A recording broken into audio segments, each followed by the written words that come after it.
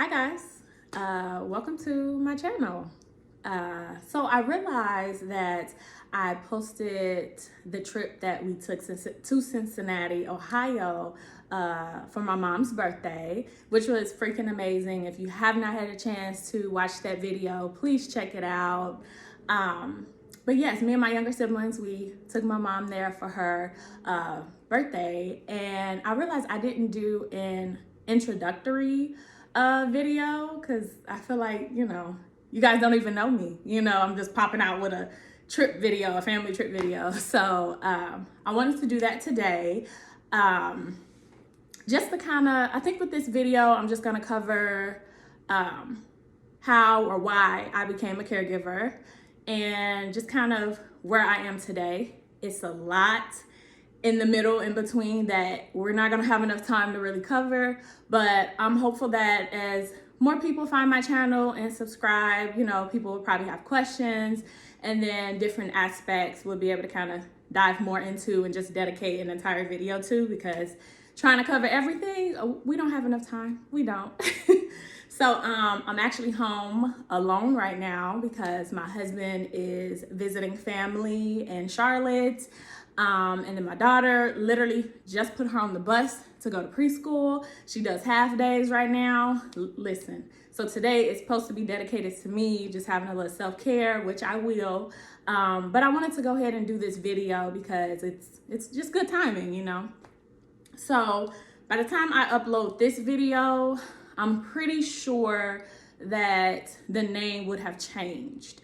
Originally, I wanted it to be a channel where me and my husband could do it together, just to kind of, so you can get like the full side, the full story. But he's not quite ready to share, just share how things have been for him, being the one getting the cure for. He's just not ready for that. So by now, the channel name that's on there, that's it. It's just basically going to be from my perspective. And the other day, I literally was thinking about, not even the other day, it was a few weeks ago, when we went to visit my mom for her birthday to prepare to go for the trip to Cincinnati. Randomly, she was on YouTube, and it was a video of this trial about a young 18-year-old girl who had got hit by a car, and she lost both of her legs due to that. And it just made me think about how there are two types of people with disabilities. Actually, it's probably more than that, but just to kind of simplify things, there are people who are born with disabilities where it's just all they know. They don't know any other way of anything else. They don't know normal per se. It's just navigating life with that disability from birth until however old they are. And then there's a second group where they were normal, they were fine, and then something happened, and now they have to learn how to navigate life with this disability. And that's where the young lady that was 18 years old and my husband, who were athletes, doing all the things that we do every day without having to think about having to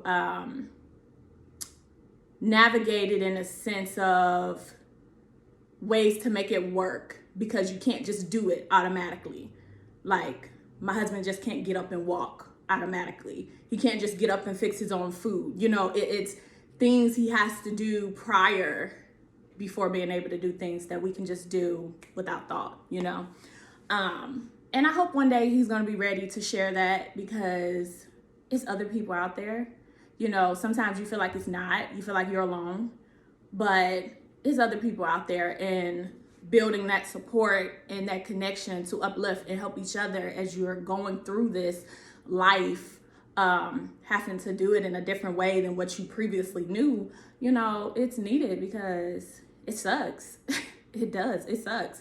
And to other caregivers out there, and specifically, caregivers, that people that are caregivers to their spouse, like, this is some, baby, this some bull. This is some bull. because you think of a marriage, a husband and wife being able to partner, you know, you guys get to do everything together and you can lean on each other. But it's so much different when you have to take on the role as a caregiver, because that extra support where you can lean on them, you can't really do it like that. You know, it's not really, at least in my case, not really, because he has to lean so much on me, you know, where I have to make sure I'm standing straight, you know, most of the time. So when he leans, I'm not falling, you know, so it's a lot. So I feel like this is where I can just kind of build that community for myself for now. And hopefully down the line, he'll be, you know, once he gets into therapy and just gets into a better, healthier space, he'll be ready to also, you know, join me and, you know, be ready to open up that door. So that was a lot. So this video is supposed to be short. I'm going to try to keep it as short as possible. Like I said, I really just want to touch bases on why I became a caregiver, kind of that backstory, and then just where I am today. So yeah, okay. Y'all, I have no notes. So literally I'm going to try to stick to what I just said and just let it flow. But also I have no notes in front of me. So please bear with me, and thank you for, if you're still with me right now, thank you. So, oh, I didn't even tell you guys my name. So my name is Shantera. I go by Tara because most people can't pronounce my name, which is fine. So I go by Tara. Something I'm gonna say in this video, because I feel like it's gonna happen in a few years. I didn't know you could just change your name if you wanted to change your name. And I just found out previously, because I thought it was for like people that's, you know, you're trying to go into witness protection, you're trying to protect yourself. Like, I thought that's what you left it for. You're trying to start a new life or whatever. But we can just change our name. And I believe I want to change my name. I feel like I want to do that. So I'm saying it here right now. So I said my name, Shantera. That's what it is currently. Call me Tara. But in the future, I think I'm going to change my name, y'all. And not just any name. I actually have a name in mind that actually means something to me. So if it happens, we're going to go back to this video and be like, she said she would change it, and I did. So moving forward. So yeah, you can call me Tara, from Illinois. I met my husband in Illinois. We actually met in church. I was raised in the church, y'all, okay? My mama raised in the church, raised me and my siblings in the church. So met him at church through a mutual friend. And I know y'all hear this a lot, but he was not my type. But he was different. And at the time I was with a guy. Also, guys, I met my husband when I was 15. We started dating at 16. So we were young, okay? But I was dating this guy who was acting his age and just cheating and not doing right by me. And I've always been a little bit mature for my age. And I was like, I'm not doing this with you no more. And when it came to my husband, his name is James. He was different. He carried himself well. He was into country music. He wore cowboy boots. He always smelled nice. He wore cologne all the time. He just carried himself very well, very mature too. And I was like, you know what? He's a nice guy. I don't want to be with somebody that I know is just out here in the streets, out here cheating on me. Like, I need something different.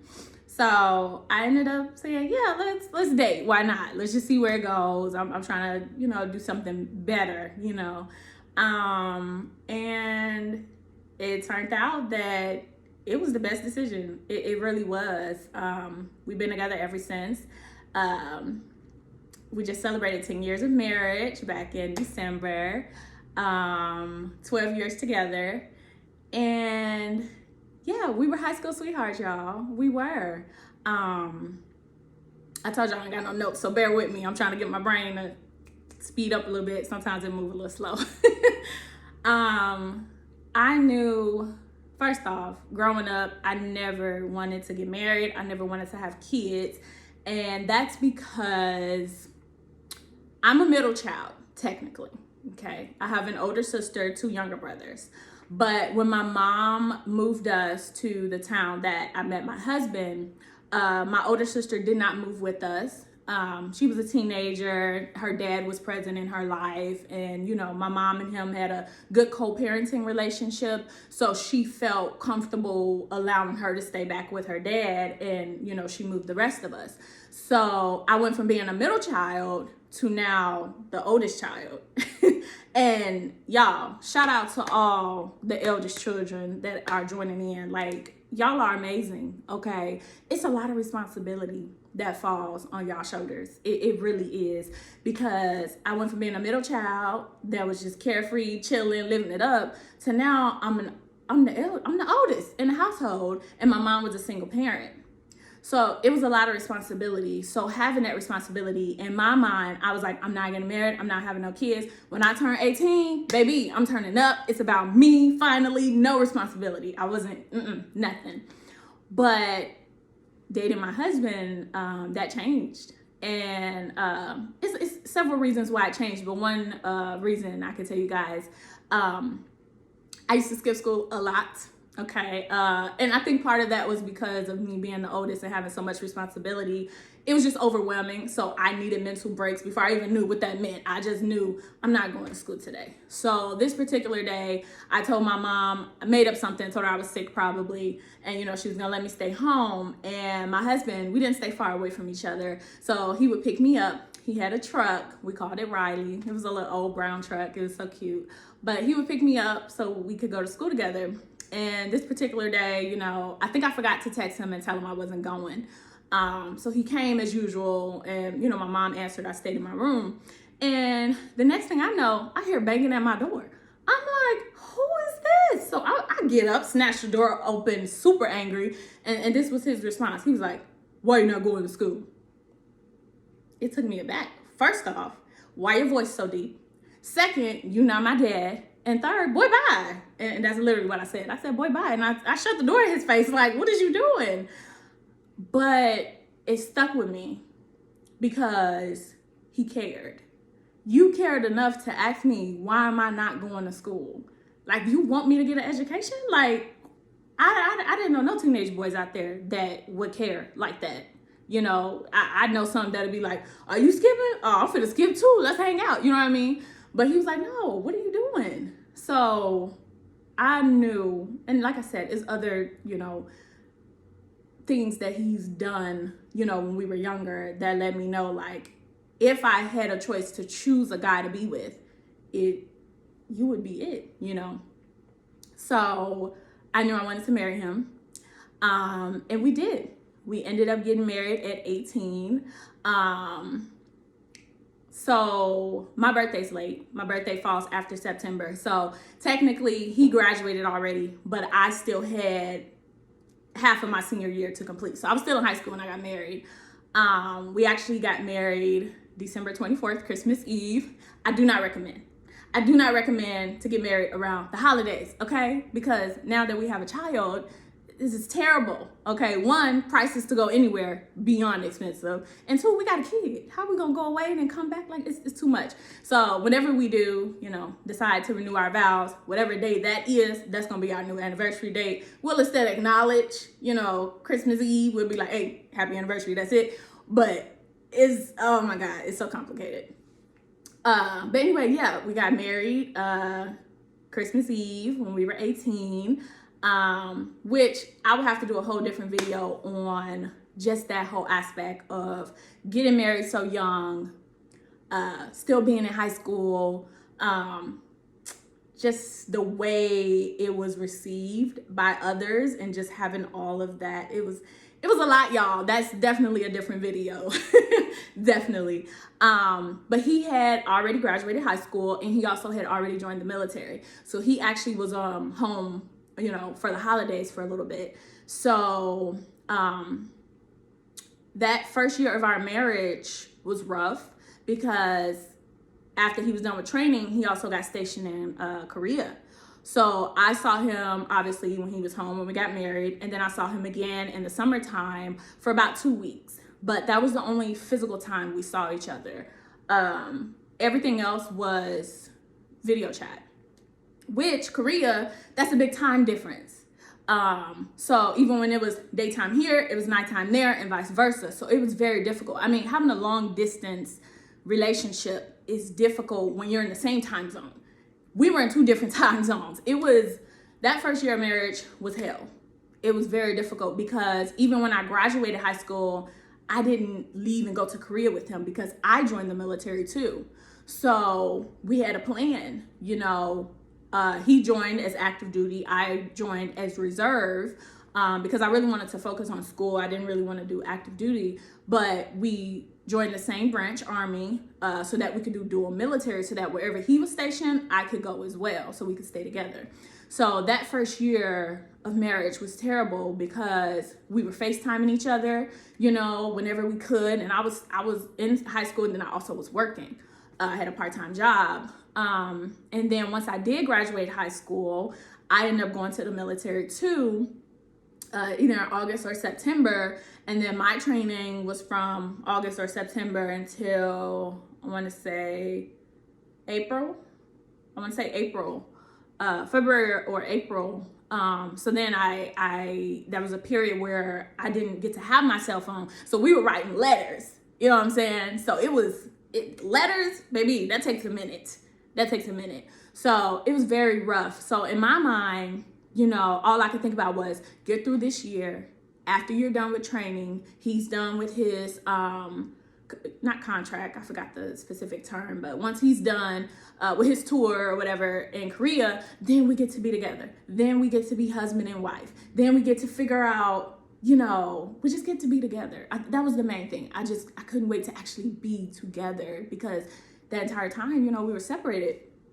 And then it just so happened, he got orders that his next duty station was going to be Germany. So I was like, we going to Germany? So not only do I get my man back, but we get to start a new life in another country. Baby, everything was aligning. It was perfect. I was like, I got my military career. I'm going to get into school. You got your military career. We are good. And we're going to go to another country, baby. When I say it was lining up the way it needed to line. So super excited. And at the time I didn't know this, he had started experiencing symptoms of, we didn't know what it was at first. And he didn't tell me. He honestly had just been talking to his mom about it because at the time she was a nurse. So she, kind of knew more, medical field wise. He was just talking about how, I'm having difficulties walking, keeping my balance, my vision's acting up. So he saw a doctor in Korea, got an MRI done, and the doctor said, I think you may have MS, which is multiple sclerosis. But they hadn't diagnosed him. At that point, they were still going to send him to Germany. And they just said, when you get there, get more tests done, et cetera, et cetera. But once he was done with his year term in Korea, we were going to meet back in our hometown and just stay there for a little bit, like 2 weeks. He's going to take a little time off before going. So during that time while we were there is when we went to see a neurologist, just to, he really was like, no, it's something wrong. I don't want to just go to this next duty station. I want to get seen here now, and that's what he did. So I'll never forget, we were there, the doctor had, done their testing and whatever, and the doctor came in, and it was me, him, I believe his grandmother, and either my mom or his mom. Somebody's mama was there. I don't know which one. We were sitting there. They came in, the doctor came in, and he said, yes, you have multiple sclerosis. My reaction, because everybody looked so serious, like the room, when I say the room was heavy and serious, but literally my response was, I sat there and I kind of chuckled to myself. It's very subtle. I was like, because everybody was so serious. And I never heard of multiple sclerosis. I didn't know what that was. So the first thing I thought was, give him some medicine. Like, what's the problem? He got some, okay, give him some medicine so it can go away so we can go to Germany and start our life. Obviously, I was wrong. So we had to contact one of his leaders, and he told him go to the nearest army base. Don't worry about going to Germany, go to the nearest army base instead that's close to your hometown. And it was one that was closer, but we ended up going to Fort Campbell, Kentucky, which is in Clarksville, Tennessee, or near Tennessee, yeah. Because he actually had a couple buddies that were, with him in Korea that actually had got their orders where to go there. So he was like, no, I want to go somewhere where I know some people. So that's where we went. And that's where he basically med boarded out and was medically discharged. And at the time, I was still in the military. Actually had found me, why am I forgetting the freaking army terms? I don't know, my brain is blanking. I haven't eaten breakfast. Basically, I found a duty station near there. So when you're reserve, you go to trainings 1 week in a month, and then during the summer, you go away for 2 weeks. So at the time, I was doing my 1 week in a month, and then it was the summertime. Fast forward, this is probably like, we went to Fort Campbell in like March, which is when, he was officially diagnosed. And then fast forward a few months, now it's the summertime. We already know he's gonna have to get out the military because there's no cure for multiple sclerosis. So at the time, I'm still in the military. And so I went away to training for 2 weeks. And during that 2 week period, he ended up in the hospital. And he wouldn't tell me why he was in the hospital. Like, because I was still FaceTiming him after, working, and it was the end of the day. And obviously I see you're in the hospital, like what's going on. And he wouldn't tell me. And I think, again, he would have to say his side. But from my perspective, I think it's just all this stuff happening so fast, all at once, and kind of losing yourself, because what you once knew about who you are is changing. So wanting to kind of put up a front of, I'm not weak, don't see me as weak, don't see me as fragile, I don't want you to worry about me, I got this type thing. And then of course, him being in the military, he know how it is when you're trying to work, but then you're also worried about home. So I think he didn't want me to worry, but if I see you're in the hospital, oh, I'm worried, I'm terrified. So at that point, I felt like I can't do this. I can't be in the military because I'm gonna, what if something terrible happens to you? I'm not there, I can't get to you. What if I'm deployed? It's just too complicated. So at that point, I decided to leave the military, basically, and become his full-time caregiver. Because my husband's condition, everybody's symptoms and the way MS affects different people's bodies are different. When it came to my husband, it's been very progressive, very aggressive since the beginning.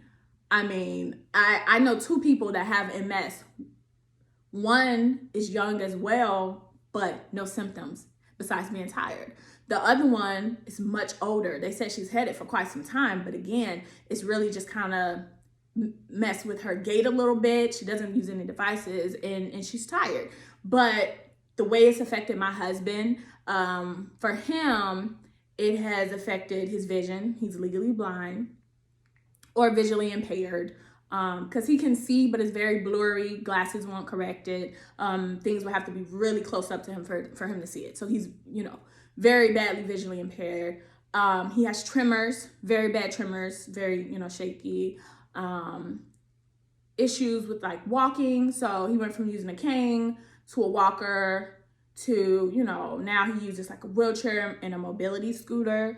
If he does walk, which we have like a standing walking walker, which is where his hands can hold on to the top and, he can walk. But if he does walk, he can't walk by himself. He needs someone to be there or to hold on to him to just help with that, that stability. It's very difficult, and currently he's tried all the best MS medications out there. So we're actually looking into a STEM, what is it called? Y'all don't, Don't hold me for not knowing the specific name of it.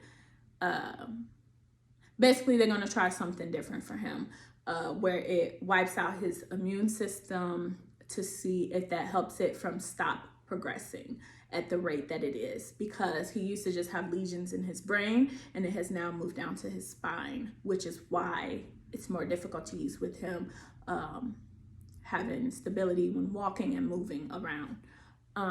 So it has progressed a lot. So yeah, I'm his caregiver, full-time caregiver. So that's the backstory. Like I said, it's a lot in between, but that's just the, that's what I'm sharing today. Fast forward to today. Actually, go backwards. I became a caregiver. It was at the WTB is where he ended up getting his orders to be in, which is what they use to help soldiers transition out of the military. And there were other, soldiers getting out of the military and other soldiers with caregivers as well. So there was a lot of support for caregivers and, programs to just help us navigate that. And great, really great. The only issue is it was to help you be a good caregiver. Mind you, our first year getting married, I didn't really feel like a wife because of that distance. I had the title, but I didn't feel like a wife. So in my mind, of course, after the year of, me finishing my training in school and then him being down with being in Korea and then us finally being able to get together, it was like, okay, now we can see what marriage is for us, be husband and wife, but we never got that because he got diagnosed and we didn't get to do that. Now we had to navigate, he has to get out the military, he has MS, we had to navigate that. So I was surrounded by other caregivers and other people there to help, but they helped me in the sense of being a caregiver. So that is what I know. That is what I am to my husband, more so than a wife. Fast forward to today, that is an issue because they taught me how to be a caregiver. No one taught me how to be a wife. I told you, my mom was a single parent. I didn't have an example of a wife or a husband in my household. All I have is what I read and what I saw on TV, which, come on now. So in my opinion, I haven't had the opportunity to cultivate that because the main things that I've had to do was be a caregiver. And then eventually down the line, I became a mother. So it is an issue right now that we're trying to navigate through. It's difficult. It's difficult being a caregiver to your spouse because honestly, depending on their condition, a lot of times that's what you have to show up as. That's the hat you have to wear. You can't necessarily just take it off and relax, lay out and just be in that soft space. Sometimes you have to be the one making the tough calls, being the one to organize things, being the one to do all the things that it takes to be a caregiver. And depending on what it is you're doing, you can't be soft in that space. You got to be direct. You got to be blunt. You got to be on these doctors. Like it's hard to wear so many hats. And sometimes some hats don't get put on for weeks or months and sometimes years. So it does affect us right now, which again, that's something else we can talk about in another video. But today, what I am doing to be a better, healthier me, as I continue to be a caregiver, I just started therapy. I'm in the caregiver program that the military offers, which is awesome because they have a lot of resources that I need. And also I've become very antisocial. So one of my goals for 2024 was to become more social. So I actually just joined this Bible study group that meets on Sundays at this coffee shop. So I'm doing that. I'm trying to branch out, meet ladies, you know, hang out, just build that sisterhood. So that's what I'm doing. And this is the beginning of those things. I literally just started therapy like a week ago. I literally just, I joined the Bible study group, but technically my first meetup is this Sunday and today is Thursday. So literally these are things I'm just now getting into because I see how just always wearing the caregiver hat and always being on the go and always doing has literally left me dry. And even talking to my therapist, she's already diagnosed me with severe anxiety and moderate to severe depression, which I'm not surprised. I'm a little surprised that I've made it this far without being diagnosed with it sooner. So I'm doing what I have to do, you know, now to get to a better place mentally. Physically, I'm working out more. I'm eating better foods. I'm taking vitamins because I was not doing that. I'm drinking more water. I am staying more in contact with my family and friends back home because honestly, our family and friends live back home. We're here, which there's a reason for that. We can get into that another time. But that's where I'm at right now, you know. Also, I bought candles. Not just from Bath and Body Works, just candles. Because I realize candles get me in a good mood. It does. It's just so relaxing. And of course, they smell good. So I'm buying more candles because it makes me happy. I'm doing more things that make me happy. Things that I know that make me happy. That can help calm me. I'm also looking into CBD gummies because it's legal. And I've heard good things about it. It's actually this one brand I'm looking into that a podcast that I like actually, you know, they spoke highly about it. So I was like, okay, maybe I need that too because sometimes trying to do it all on my own, I need a little help. Please help me. So yeah, that's where I'm at right now, you know, and I journal. That's been very helpful. Just kind of saying what I need to say, you know. Whew. If somebody find that journal, baby, child. But yes, I am journaling and that helps. So that's where I'm at right now as a caregiver currently today. It's a journey. It's a lot. But I want to share because our story is unique. I mean, I literally a year after getting married, I became a caregiver. I was 19. I had no idea what I was in for. No idea at all. But here I am, and I'm still fighting for my marriage.